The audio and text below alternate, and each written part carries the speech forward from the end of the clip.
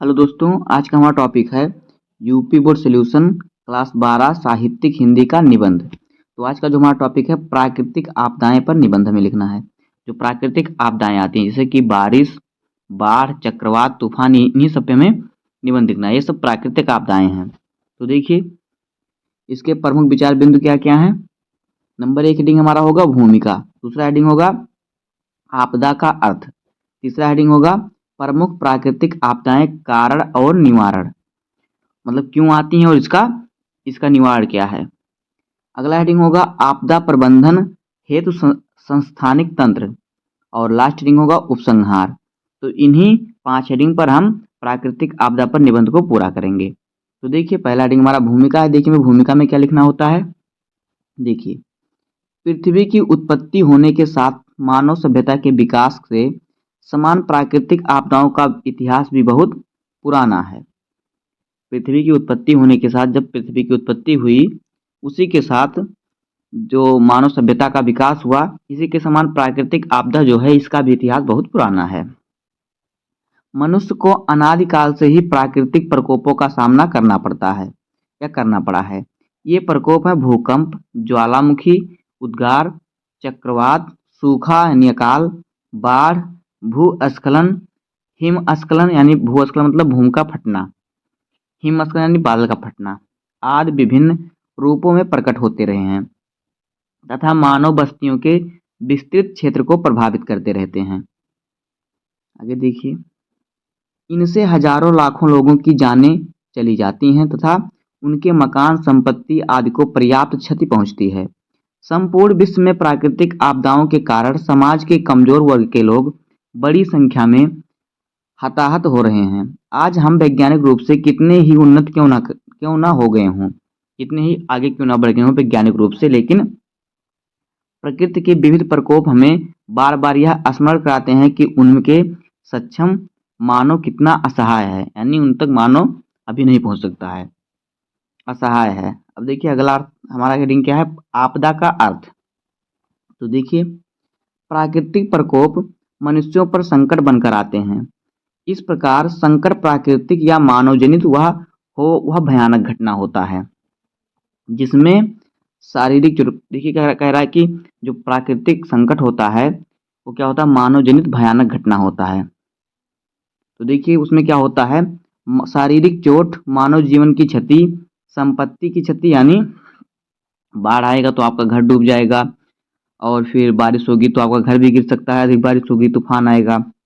दूषित वातावरण, आजीविका की हानि होती है। इसे मनुष्य द्वारा संकट, विपत्ति, विपदा, आपदा आदि अनेक रूपों में जाना जाता है। आपदा का समान अर्थ है संकट या विपत्ति, जिसका अंग्रेजी पर्याय है डिसेस्टर। किसी निश्चित स्थान पर भौतिक घटना का घटित होना जिसके कारण हानि की संभावना हो, प्राकृतिक खतरों के रूप से जाना जाता है। ये घटनाएं संपूर्ण सामाजिक ढांचों एवं विद्यमान व्यवस्था को ध्वस्त कर देती हैं, जिनकी पूर्ति के लिए बाहरी सहायता की आवश्यकता होती है। अब देखिए, अगला हेडिंग हमारा क्या है, प्रमुख प्राकृतिक आपदाएं और कारण और निवारण। देखिए, प्राकृतिक आपदाएं जो होती हैं अनेक प्रकार की हैं। प्राकृतिक आपदाएं अनेक हैं, जिनमें से प्रमुख निम्नलिखित हैं। देखिए, पहला हमारा है भूकंप। तो देखिए, भूकंप भूतल की आंतरिक शक्तियों में से एक है। भूगर्भ में प्रतिदिन कंपन होते हैं, लेकिन जब ये कंपन अधिक तीव्र से होते हैं तो ये भूकंप कहलाता है। जो हमारी भूमि है, पृथ्वी है, इनका कंपन हमेशा होता रहता है, प्रतिदिन होता है, लेकिन जब ये तीव्र गति से कांप जाती है तो उसे भूकंप कहते हैं। साधारणतया भूकंप एक प्राकृतिक एवं आकस्मिक घटना है जो भूपटल में हलचल अथवा लहर पैदा कर देती है। इन हलचलों के कारण पृथ्वी अनायास ही वेग से कांपने लगती है। जो इसमें हलचल होता है तो पृथ्वी कांपने लगती है, जिसे हम भूकंप कहते हैं। अब देखिए आगे, भूशास्त्रियों ने ज्वालामुखी, उद्गार, भू संतुलन में अव्यवस्था, जलीय भार, भूपटल में सिकुड़न, प्लेट प्लेट विवर्तनीय आदि को भूकंप आने का कारण बताया है। क्या ज्वालामुखी फटने पर पृथ्वी कांप जाती है? भू भू भूगर्भ शास्त्री ने बताया है, जो भूगोल के शास्त्री जो इनके वैज्ञानिक होते हैं। तो देखिए कहते हैं कि ज्वालामुखी फटने पर भूकंप आ सकता है। आता है भू संतुलन में अव्यवस्था, और फिर ज्वाला जलीय भार यानी जल का अधिक भार हो जाए तो भूपटल में सिकुड़न, जब पृथ्वी का भूपटल का सिकुड़न होता है। और फिर यह कह रहा है कि बी परिवर्तन, प्लेट बी परिवर्तन, जब एक दूसरे से प्लेट टकराते हैं तो ये भूकंप आने के कारण बताए गए हैं। आगे देखिए, भूकंप ऐसी प्राकृतिक आपदा है जिसे रोक पाना मनुष्य के बस में नहीं है। मनुष्य केवल भूकंपों की भविष्यवाणी करने में कुछ अंशों तक सफल हुआ है। साथ साथ भूकंप के कारण संपत्ति को होने वाली क्षति को कम करने के कुछ उपाय भी उसने ढूंढ निकाले हैं। अब देखिए अगला हेडिंग हमारा है ज्वालामुखी। तो देखिए, ज्वालामुखी एक आश्चर्यजनक व विध्वंसकारी प्राकृतिक घटना है। यह भूपृष्ठ पर प्रकट होने वाली एक ऐसी विवर, क्रेटर या छिद्र है जिसका संबंध भूगर्भ से होता है। इससे तप्त लावा पिघलते हुए सैलों अत्यंत तप्त गैसें समय समय पर निकलती रहती हैं। सैल यानी पत्थर से पिघलता हुआ जो है पत्थर निकलता रहता है भूगर्भ से, लावा। इससे निकलने वाले पदार्थ भूतल पर शंकु के रूप में एकत्र होते हैं, जिन्हें ज्वालामुखी पर्वत कहा जाता है या कहते हैं। ज्वालामुखी जो होता है इस प्रकार से बन जाता है, जैसे यहाँ पे निकलेगा तो इसे निकलते निकलते इस प्रकार से बनता जाएगा गिर के, इस प्रकार से ज्वालामुखी बना रहता है। आगे देखिए, जिन्हें ज्वालामुखी कहते हैं इसे ज्वालामुखी उद्गार कहते हैं। ज्वालामुखी एक आकस्मिक तथा प्राकृतिक घटना है जिसकी रोकथाम करना अभिमानों के बस में नहीं है। अब देखिए अगला हेडिंग है भूस्खलन। देखिए इसमें हमें क्या लिखना है, भूमि के एक संपूर्ण भाग अथवा उसके विखंडित एवं विच्छेदित खंडों के रूप में खिसक जाने अथवा गिर जाने को भूस्खलन कहते हैं। यह भी प्राकृतिक आपदाओं में से एक है। भारत के पर्वतीय क्षेत्रों में भूस्खलन एक व्यापक प्राकृतिक आपदा है जिससे 12 महीने जान और माल का नुकसान होता रहता है। भूस्खलन अनेक प्राकृतिक एवं मानव जनित कारकों से परस्पर मेल के परिणाम स्वरूप होता है। प्राकृतिक और मानव जनित का जो बनाए हुए कारण है उससे मेल से क्या होता है, ये भूस्खलन होता है।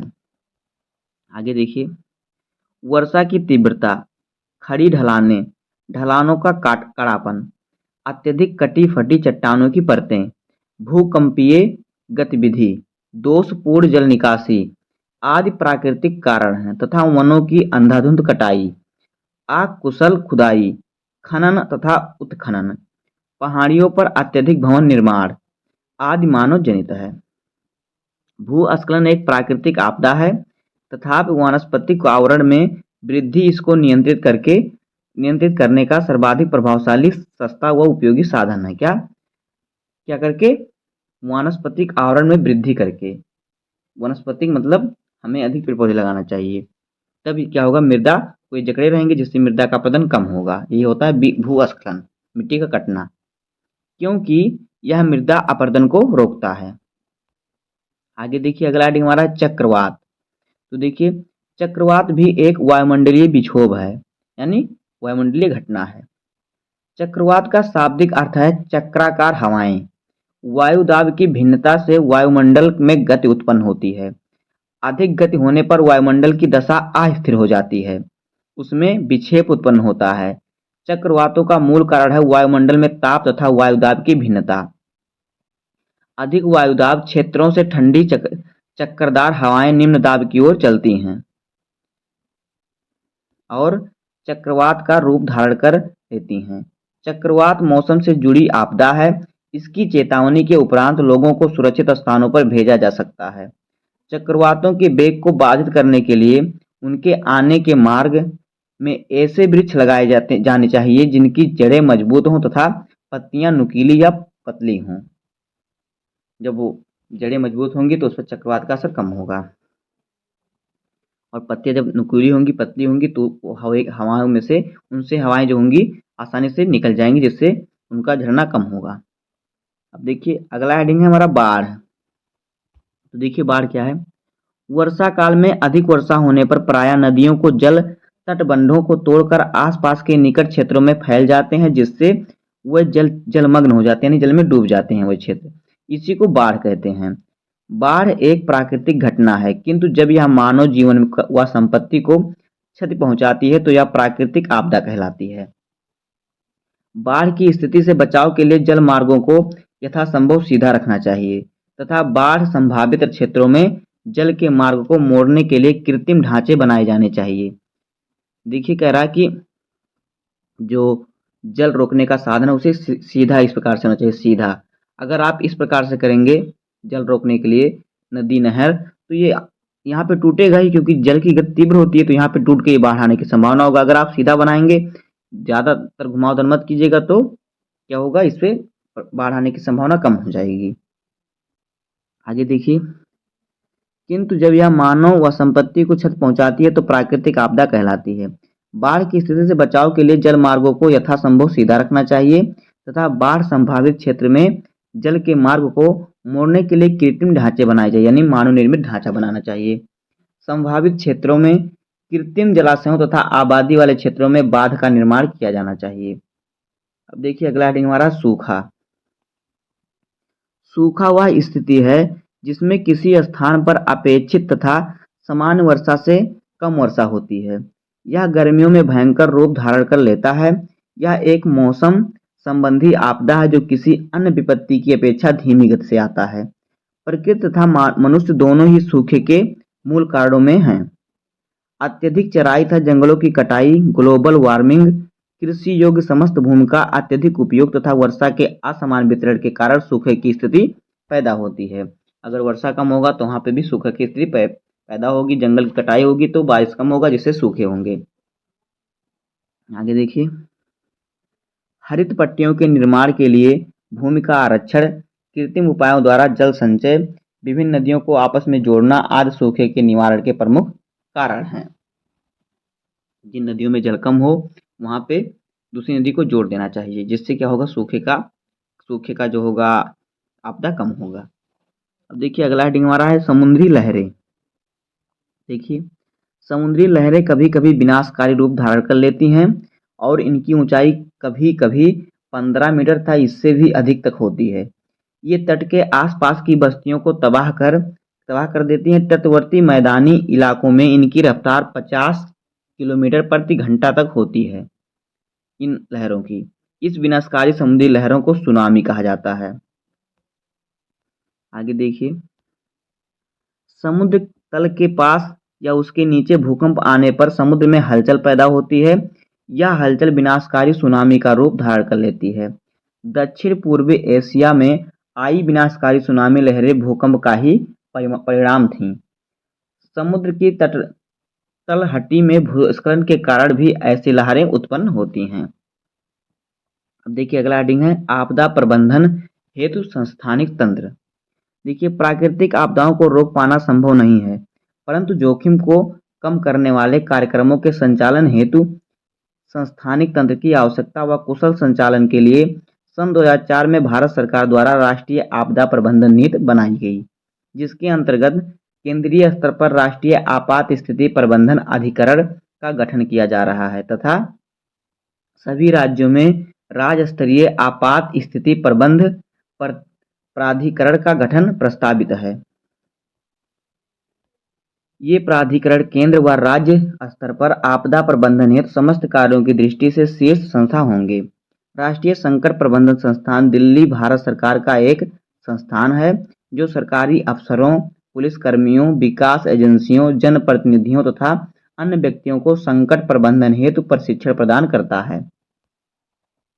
आगे देखिए, राज्य स्तर पर state institutes of rural development, administrative training institutes, विश्वविद्यालयों आदि को यह उत्तरदायित्व सौंपा गया है। इंजीनियरिंग संस्थान जैसे कि Indian institute of technology, regional engineering college, schools of architecture आदि भी इंजीनियरिंग को आपदा प्रबंधन का प्रशिक्षण देते हैं। अब देखिए अगला हेडिंग हमारा उपसंहार। देखिए, हमें उपसंहार में क्या लिखना होगा। देखिए, विद्यार्थियों को आपदा प्रबंधन का ज्ञान दिया जाना चाहिए। इस विचार के अंतर्गत सभी पाठ्यक्रमों में आपदा प्रबंधन को सम्मिलित किया जा रहा है। यह प्रयास की पारिस्थितिकी अनुकूलन आपदा प्रबंधन में विद्यार्थियों का ज्ञानवर्धन होते रहे। होता रहे, क्योंकि आपदा प्रबंधन के लिए विद्यार्थी उत्तम एवं प्रभावी यंत्र हैं, जिसका योगदान आपदा प्रबंधन के विभिन्न चरणों तथा यथा आपदा से पूर्व यानी आपदा से पहले या फिर आपदा के समय या आपदा के बाद की गतिविधियों में लिया जा सकता है। इसके लिए विद्यार्थियों को जागरूक एवं संवेदनशील बनना चाहिए। तो दोस्तों, इस प्रकार से हो जाएगा प्राकृतिक आपदा पर निबंध।